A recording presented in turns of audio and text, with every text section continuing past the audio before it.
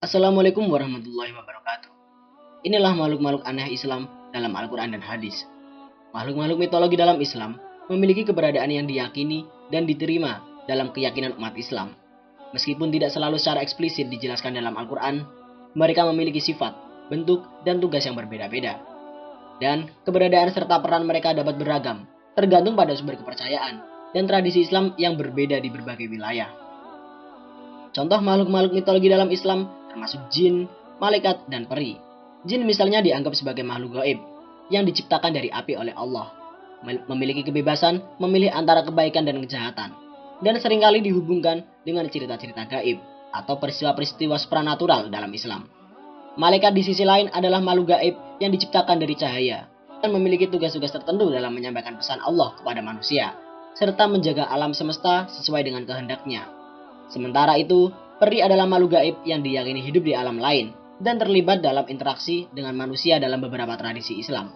Makhluk-makhluk mitologi adalah entitas yang diyakini ada dalam kepercayaan dan tradisi banyak budaya di dunia, termasuk dalam Islam. Konsep ini merujuk pada makhluk-makhluk yang dianggap ada namun tidak terlihat oleh mata manusia atau masyarakat umum. Dalam keyakinan Islam, makhluk-makhluk ini dipercaya diciptakan oleh Allah Subhanahu wa taala seperti yang disebutkan dalam firman-Nya dalam surat An-Nahl ayat 8. Dan Allah menciptakan makhluk-makhluk yang tidak kamu ketahui. Ini menegaskan bahwa Allah adalah Maha Pencipta segala sesuatu, baik yang tampak maupun yang gaib. Cerita dan asal-usul makhluk-makhluk mitologi Islam dapat bervariasi, tergantung pada sumber-sumber kepercayaan dan tradisi Islam yang berbeda-beda. Beberapa cerita dapat ditemukan dalam Al-Quran dan hadis, sementara yang lain berkembang melalui narasi lisan dan budaya populer. Namun, demikian keberadaan makhluk-makhluk ini dalam Islam menunjukkan bahwa mereka memiliki hubungan penting dengan kepercayaan umat muslim, baik sebagai bagian dari keyakinan agama mereka maupun sebagai elemen dalam warisan budaya dan tradisi keislaman. Yang pertama, Dabah al-Ard. Selain burung anak, terdapat juga makhluk mitologi lain dalam Islam yang mungkin jarang kita dengar, yaitu Dabah al-Ard. Dabah al-Ard adalah salah satu makhluk yang muncul dalam sejarah Islam, tetapi belum banyak diketahui oleh umat muslim pada umumnya. Dabah al-Ard atau sering disebut sebagai binatang dari bumi, diyakini memiliki peran penting dalam masa-masa yang akan datang, terutama dalam memperteguh keimanan umat Islam dan memperjuangkan kebenaran. Bentuk dan peran Dabah al-Ard masih menjadi misteri, dan terdapat beragam interpretasi tentang makhluk ini dalam literatur Islam. Namun demikian, keberadaannya menunjukkan bahwa alam semesta ciptaan Allah penuh dengan keajaiban dan rahasia yang masih belum terungkap sepenuhnya. Dan sebagai umat Islam, kita diajak untuk terus mempelajari dan menggali lebih dalam tentang keajaiban penciptaan Allah. Dabah al-Ard atau binatang yang melata adalah salah satu makhluk yang dipercayai akan muncul menjelang hari kiamat. Namanya sendiri secara harfiah berarti binatang yang melata dari bumi. Dalam literatur Islam, Dabah al-Ard digambarkan sebagai binatang buas atau monster yang akan muncul dari dalam perut bumi sebagai salah satu tanda besar sebelum datangnya hari penghakiman. Allah Subhanahu wa taala menyebutkan Dabah al-Ard dalam surat An-Naml ayat 82, di mana dia berfirman, "Dan apabila perkataan telah jatuh atas mereka, kami keluarkan sejenis binatang melata dari bumi, yang akan mengatakan kepada mereka, bahwa sesungguhnya manusia dahulu tidak yakin kepada ayat-ayat kami." Ayat ini memberikan gambaran bahwa Dabah al-Ard akan muncul ketika manusia sudah tidak lagi percaya kepada ayat-ayat Allah. Binatang ini akan berbicara dengan kata-kata yang fasih dan jelas, sehingga tidak ada yang bisa menyangkal kebenarannya. Dabah al-Ard juga akan memberikan tanda bagi orang-orang mukmin dan orang-orang kafir dengan menggunakan tongkat Nabi Musa dan cincin Nabi Sulaiman. Tongkat Nabi Musa akan membuat wajah orang-orang mukmin bersinar, sedangkan cincin Nabi Sulaiman akan membuat hidung orang-orang kafir terlihat. Dengan demikian, tidak ada lagi yang bisa menyembunyikan keimanan dan kekufuran mereka. Meskipun demikian, tidak ada penjelasan yang pasti tentang bentuk fisik Dabah al-Ard. Namun beberapa ulama seperti Ibnu Jurais meriwayatkan bahwa Dabah al-Ard memiliki gabungan antara beberapa binatang seperti kerbau, babi, gajah, rusa, harimau, dan unta. Ini menunjukkan bahwa Dabah al-Ard adalah makhluk yang sangat kuat dan mengerikan. Dengan kepercayaan akan munculnya Dabah al-Ard, umat muslim diajak untuk merenungkan pentingnya iman dan takwa dalam menjalani kehidupan, serta mempersiapkan diri untuk menyambut hari kiamat dengan penuh keimanan dan amal saleh. Kisah Dabah al-Ard juga menjadi pengingat bagi manusia akan kebesaran dan kekuasaan Allah Subhanahu wa taala, serta pentingnya menjalani kehidupan sesuai dengan petunjuknya agar dapat menghindari siksaan dan mendapatkan rahmatnya. Menurut penuturan Ibnu Abbas radhiyallahu an, Dabah al-Ard memiliki ciri-ciri yang mencengangkan. Punuknya yang panjang bisa terlihat dari jarak yang sangat jauh, bahkan oleh orang yang berada di bagian timur dan barat bumi. Wajahnya menyerupai manusia, tetapi paruhnya menyerupai burung-burung. Dilengkapi dengan banyak bulu di tubuh dan kepalanya. Meskipun terdapat berbagai pendapat lain tentang penampilan dan sifatnya, yang pasti ukuran tubuh Dabah Al-Ard sangat besar dan gerakannya relatif cepat. Dikatakan bahwa Dabah Al-Ard akan muncul di kota Mekah, tepatnya di sekitar Gunung Sofa, setelah terjadi peristiwa matahari terbit dari barat keberadaannya. Sebagai salah satu makhluk Allah, menegaskan kekuasaan dan kehendaknya yang luar biasa, binatang ini tidak akan takut kepada siapapun, kecuali kepada Allah Subhanahu wa Ta'ala. Dabah Al-Ard menjadi salah satu makhluk mitologi yang menyiratkan peringatan dan ketakutan terhadap datangnya hari kiamat. Keberadaannya sebagai tanda-tanda besar menjelang akhir zaman memperkuat keyakinan umat Islam akan adanya hari penghakiman. Kisah tentang Dabah Al-Ard mengingatkan manusia akan pentingnya menjalani kehidupan sesuai dengan petunjuk Allah dan persiapan diri untuk menghadapi akhirat dengan penuh keimanan dan amal saleh. Yang kedua, Al-Jasasah. Al-Jasasah adalah makhluk yang menjadi mata-mata dan pengawal bagi Dajjal. Sosok yang diyakini akan muncul pada akhir zaman. Nama Al-Jasasah sendiri berarti mata-mata, karena makhluk ini selalu mengintai informasi untuk kemudian disampaikan kepada Dajjal. Kisah tentang Al-Jasasah tercatat dalam salah satu hadis yang mengisahkan pertemuan antara salah satu seorang sahabat Nabi dengan Dajjal. Dalam hadis yang diriwayatkan oleh Imam Muslim, dikisahkan bahwa Tamim Ad-Dari, seorang sahabat Nabi yang sebelumnya beragama Kristen, pernah terdampar di sebuah pulau bersama dengan 30 orang lainnya. Di pulau itu, mereka bertemu dengan makhluk yang lebat, berbulu. Makhluk tersebut menyebut dirinya sebagai Al-Jasasah dan mengajak mereka untuk bertemu dengan seorang laki-laki yang sedang dibelenggu di sebuah biara. Laki-laki tersebut ternyata adalah Dajjal, yang mengaku sebagai Tuhan dan menanyakan berbagai hal tentang Nabi Muhammad SAW dan kaumnya. Dari kisah ini, kita memahami bahwa Al-Jasasah adalah makhluk yang taat kepada Dajjal dan membantunya dalam menyesatkan manusia. Meskipun bentuk Al-Jasasah tidak diketahui secara pasti, ada pendapat yang mengatakan bahwa Al-Jasasah bisa berupa anjing, babi, atau binatang melata berukuran besar. Al-Jasasah akan muncul bersama dengan Dajjal di akhir zaman dan menjadi salah satu tanda besar hari kiamat. Dajjal sendiri adalah sosok yang digambarkan sebagai laki-laki bermata satu yang akan mengaku sebagai Tuhan. Dia memiliki kekuatan luar biasa untuk menyesatkan umat manusia, dengan kemampuan membuat berbagai mukjizat seperti hujan, tanaman, binatang, bahkan membangkitkan orang mati. Namun semua itu hanyalah tipu daya yang diizinkan oleh Allah Subhanahu wa Ta'ala untuk menguji iman umat manusia. Untuk melindungi diri dari fitnah Dajjal, umat muslim diajarkan untuk memperkuat iman, memperdalam pengetahuan tentang agama, dan berpegang teguh pada ajaran Islam dengan memahami karakteristik Dajjal dan tanda-tandanya, serta berlindung dengan doa dan amalan yang baik. Umat Islam dapat menghindari tipu daya Dajjal dan tetap teguh dalam iman mereka. Yang ketiga, ikan nun. Ikan nun merupakan salah satu mitologi dalam Islam yang sangat menarik. Kisah tentang ikan nun terkait erat dengan kisah Nabi Yunus alaihissalam dan peristiwa yang terjadi dalam dakwahnya kepada kaum Ninawa. Ikan nun merupakan salah satu ikan raksasa yang dikenal karena peran pentingnya dalam kisah Nabi Yunus alaihissalam. Dikatakan bahwa ketika Nabi Yunus meninggalkan kaumnya tanpa izin dari Allah Subhanahu wa Ta'ala karena putus asa atas ketidakpercayaan mereka, dia akhirnya dihukum dengan dicelupkan ke dalam laut dan ditelan oleh ikan nun. Ukuran ikan nun dipercayai sangat besar, bahkan lebih besar daripada ikan paus. Meskipun bentuk sebenarnya hanya diketahui oleh Allah, namun keberadaan ikan nun dalam cerita Nabi Yunus alaihissalam menjadi bukti akan keajaiban ciptaan Allah Subhanahu wa Ta'ala. Kisah Nabi Yunus dan ikan nun terdapat dalam Al-Quran, khususnya dalam surat Al-Anbiya ayat 87-88 dan surat As-Saffat ayat 139 dan 148. Nabi Yunus alaihissalam diutus untuk berdakwah kepada kaum Ninawa yang tengah dalam kesesatan menyembah berhala. Namun, setelah berdakwah selama 33 tahun, belum ada yang mau beriman kepada Allah. Nabi Yunus alaihissalam merasa putus asa, memperingatkan akan datangnya azab Allah Subhanahu wa Ta'ala kepada kaumnya. Akibatnya, ia meninggalkan mereka tanpa izin. Inilah yang menyebabkan Nabi Yunus alaihissalam dihukum dengan ditelan ikan nun sebagai teguran dan pengajaran atas perbuatannya.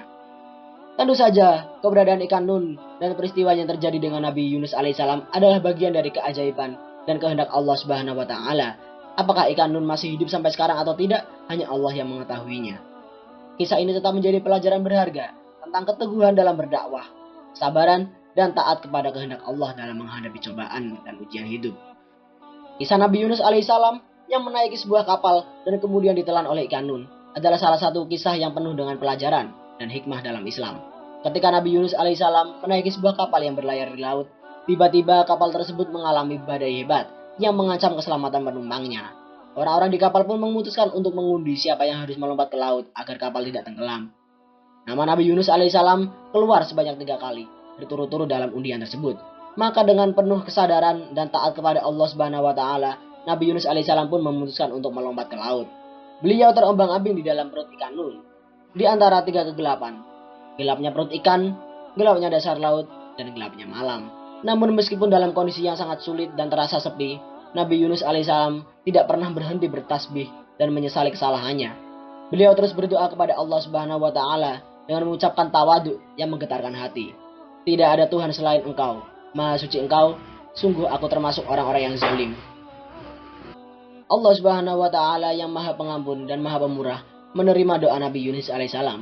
Allah memerintahkan ikan Nun untuk memuntahkan Nabi Yunus alaihissalam ke daratan, menyelamatkannya dari bahaya dan memberinya kesempatan untuk kembali berdakwah kepada umatnya.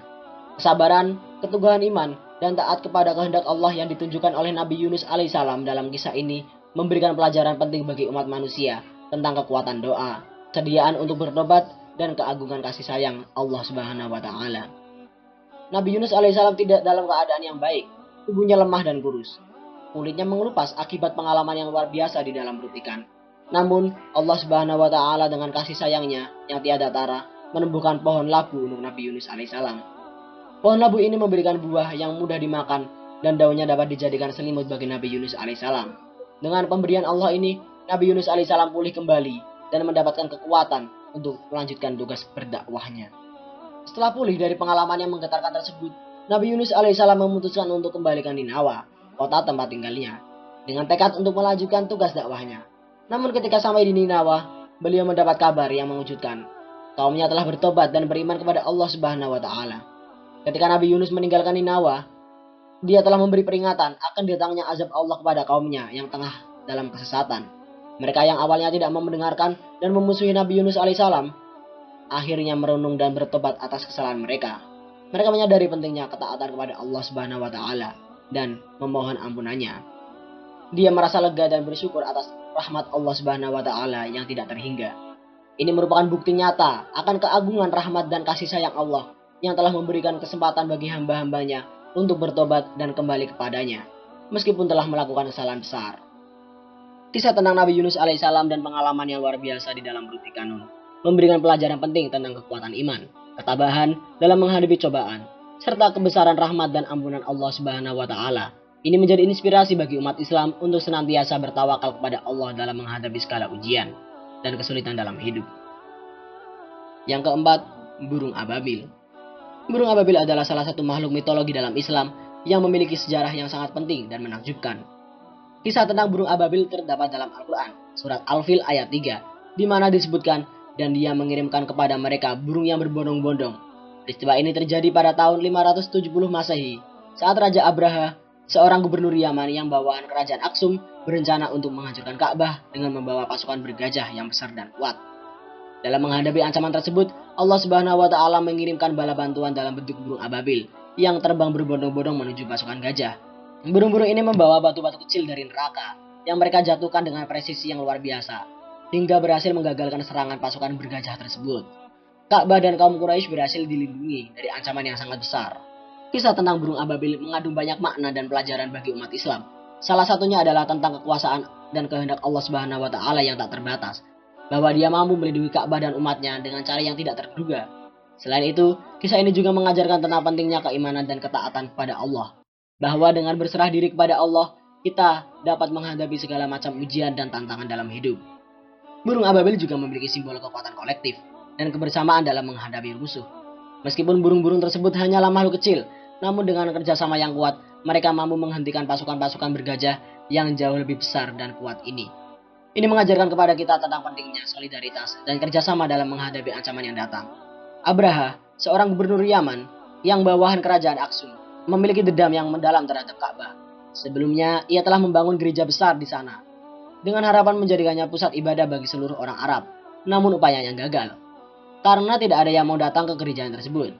Rasa frustasi dan iri hati Abraha semakin memuncak ketika ia menyadari bahwa Ka'bah di Mekah sebagai tempat suci bagi orang-orang Arab jauh lebih dihormati dan dikunjungi daripada gerejanya di sana. Dengan dendam yang membara, Abraha memimpin pasukan bergajah menuju Mekah dengan niatan untuk menghancurkan Ka'bah. Di tengah perjalanan yang penuh tantangan, Abdul Muthalib, kakek Nabi Muhammad SAW, berusaha untuk menghadapi Abraha dengan mengungkapkan keyakinannya bahwa Ka'bah akan dilindungi oleh Allah Subhanahu wa taala sendiri tanpa perlu perlindungan dari manusia.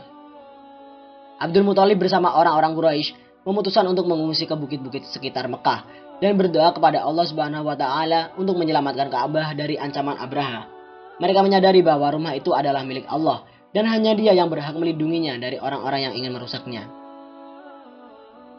Allah Subhanahu wa taala yang Maha mendengar dan Maha mengabulkan doa pun mendengarkan permohonan Abdul Muthalib dan kaum Quraisy.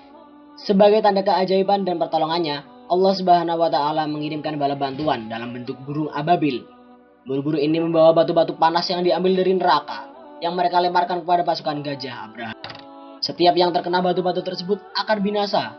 Ini merupakan tanda kekuasaan Allah Subhanahu wa taala yang menakjubkan, bahwa Dia mampu melindungi rumahnya dari ancaman musuh dengan cara yang tidak terduga dan tidak terbayangkan. Setelah terkena serangan burung ababil yang membawa batu-batu panas, pasukan gajah yang dipimpin oleh Abraha menjadi kocar-kacir. Kehancuran pasukan gajah dan kematian Abraha adalah bukti nyata dari kekuasaan Allah Subhanahu wa taala yang tak terbantahkan. Dengan pertolongannya, Ka'bah dan kaum Quraisy berhasil dilindungi dari serangan yang begitu besar, dan menghancurkan peristiwa ini juga menjadi tanda keajaiban yang menakjubkan, bahwa Allah Subhanahu wa taala senantiasa memihak kepada hamba-hambanya yang beriman dan taat kepadanya. Kisah ini memberikan pelajaran yang sangat berharga bagi umat Islam tentang pentingnya keimanan, kesabaran, dan tawakal kepada Allah Subhanahu wa taala dalam menghadapi segala bentuk ujian dan tantangan dalam hidup. Kematian Abraha dalam keadaan yang hina juga mengingatkan kita akan batas kekuasaan manusia dan kehinaan dunia ini. Meskipun seseorang mungkin memiliki kekuatan dan kekayaan yang besar, namun jika Allah Subhanahu wa taala berkehendak, semua itu tidak akan berarti apa-apa. Hal ini mengajarkan kita untuk selalu merendahkan diri di hadapannya dan tidak menyombongkan diri atas apa yang kita miliki. Kisah epik tentang pertempuran antara pasukan gajah dan burung ababil serta kehancuran Abraha yang terluka parah dan meninggal dalam keadaan hina tetap menjadi salah satu peristiwa yang penuh makna dalam sejarah Islam, yang mengingatkan kita akan kebesaran Allah Subhanahu wa taala dan bahwa Dialah satu-satunya yang memiliki kekuatan mutlak atas segala sesuatu. Yang kelima, buruk. Buruk adalah salah satu makhluk mulia yang diciptakan oleh Allah Subhanahu wa taala. Terbuat dari cahaya dan memiliki kecepatan serta kekuatan yang luar biasa. Makhluk ini diberi nama buruk karena kemampuannya untuk melesat dengan cepat seperti kilat atau cahaya. Dalam deskripsi yang berbeda-beda, buruk digambarkan sebagai binatang berwarna putih dengan kepala manusia dan berbadan setengah keledai, dilengkapi dengan sayap di sisinya. Namun ada juga yang mengatakan bahwa buruk menyerupai kuda dengan kepala seseorang wanita dan memiliki ekor burung merak atau burung putih yang besar. Kisah buruk yang paling terkenal adalah saat ia menjadi kendaraan bagi Nabi Muhammad SAW dalam peristiwa Isra Mi'raj. Isra Mi'raj adalah perjalanan malam yang dilakukan oleh Nabi Muhammad SAW dari Masjidil Haram menuju Masjidil Aqsa, dan kemudian melanjutkan perjalanannya ke Sidratul Muntaha di langit ketujuh. Menempuh jarak yang sangat jauh dengan kecepatan yang luar biasa. Di Masjidil Aqsa, beliau menerima perintah sholat 5 waktu dari Allah Subhanahu wa taala. Perjalanan dilanjutkan ke langit-langit yang lebih tinggi hingga akhirnya mencapai Sidratul Muntaha, titik tertinggi dari perjalanan tersebut, di mana Nabi Muhammad SAW mendapatkan perintah sholat 5 waktu dari Allah Subhanahu wa taala. Kisah perjalanan Isra Mi'raj menunjukkan kebesaran dan keajaiban dari buruk sebagai kendaraan yang luar biasa yang membantu Nabi Muhammad SAW dalam melaksanakan perjalanan spiritual yang sangat berarti tersebut. Buruk menjadi simbol dari kemampuan luar biasa yang diberikan oleh Allah pada makhluknya, dan juga menegaskan keistimewaan kepada Nabi SAW sebagai Nabi terakhir yang mendapat kehormatan melakukan perjalanan spiritual yang begitu agung. Perjalanan Isra Mi'raj terjadi pada tahun ke-10 kenabian Nabi Muhammad SAW, sekitar 1 tahun sebelum peristiwa hijrah ke Madinah. Perjalanan ini merupakan salah satu peristiwa paling luar biasa dalam sejarah Islam yang menunjukkan keagungan dan rahasia Allah Subhanahu wa taala. Dalam kisah perjalanan Isra Mi'raj, Nabi Muhammad SAW naik buruk bersama malaikat Jibril alaihissalam. Dalam deskripsinya, peristiwa ini disampaikan oleh Imam Bukhari dan Imam Muslim dari Anas bin Malik. Dikisahkan bahwa Nabi Muhammad SAW menunggangi buruk dari Masjidil Haram menuju Masjidil Aqsa. Buruk membawa beliau melalui perjalanan yang sangat jauh dengan kecepatan yang luar biasa. Ketika sampai di Baitul Maqdis, Nabi Muhammad SAW mengikat buruk di tempat yang biasa digunakan oleh para nabi untuk mengikat tunggangan mereka. Hal ini menunjukkan bahwa buruk adalah makhluk yang sangat istimewa yang hanya dapat ditunggangi oleh para nabi dan rasul. Selain itu, buruk juga memiliki sifat yang taat dan patuh kepada Allah Subhanahu wa taala dan rasulnya. karena ia tidak pernah menolak atau mengeluh saat ditugaskan untuk mengangkut Nabi Muhammad SAW. Kisah perjalanan Isra Mi'raj dengan buruk mengandung banyak pelajaran dan hikmah bagi umat Islam. Salah satunya adalah tentang kebesaran Allah Subhanahu wa taala dalam menciptakan makhluk-makhluk yang luar biasa yang mampu menempuh perjalanan jauh dalam waktu yang singkat. Selain itu, peristiwa ini juga menegaskan keistimewaan Nabi Muhammad SAW sebagai nabi terakhir yang mendapat kehormatan melakukan perjalanan spiritual yang begitu agung, serta pentingnya ketaatan dan kepatuhan terhadap perintah Allah dan Rasul-Nya. Wallahu a'lam bishawab.